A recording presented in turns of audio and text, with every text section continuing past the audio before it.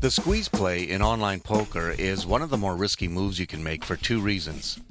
It's generally an outright bluff, and you are making it against two or more, often loose and aggressive players. However, when done selectively, you can successfully use the squeeze play to build your stack in either cash games or tournaments.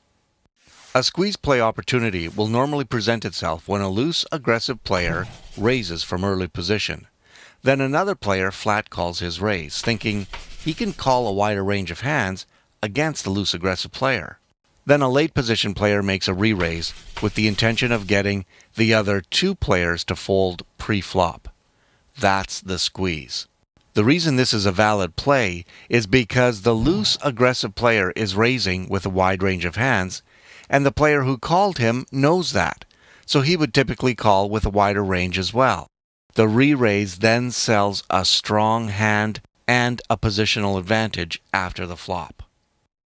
The most famous of all squeeze plays was made during the final table of the 2004 World Series of Poker, when Dan Harrington, who was next to the shortest stack at the table, stole a pot holding 6-2 offsuit against two loose, aggressive players that he figured were playing light.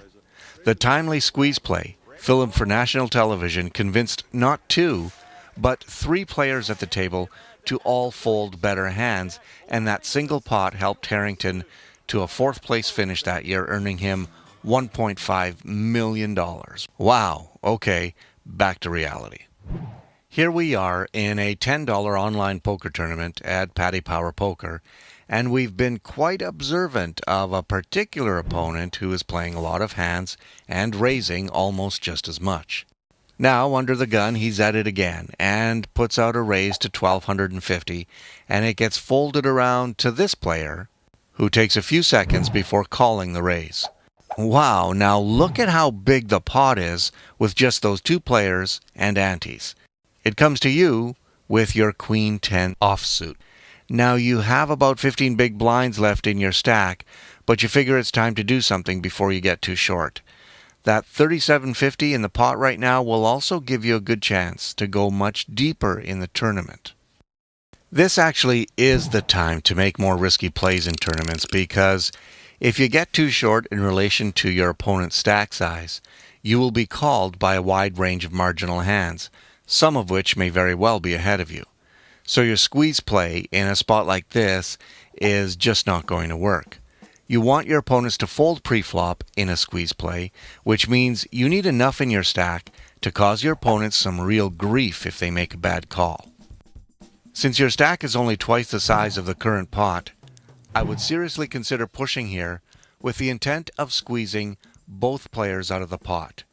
The reason to go all in here would be that your stack is committed to this pot anyhow, and in online tournaments, there's just a much higher tendency to call with weaker hands. So if you push all in, they would have to call another 6,500 chips each just to see the flop if they both called. Now, unless they have a premium hand, it's going to be a good fold for both of them after you raise.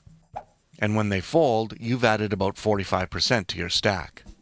Now, just one more thing about the squeeze play. Be prepared to get called and lose the squeeze play just as often as making it work. You simply just get called more online. But for times when it works, you will realize what it takes to win big pots at crucial stages like this. The squeeze play is also one of those plays that just makes poker such an exciting game, so thanks for watching this video. There are a lot more poker training videos free to watch at the Poker School at paddypowerpoker.com.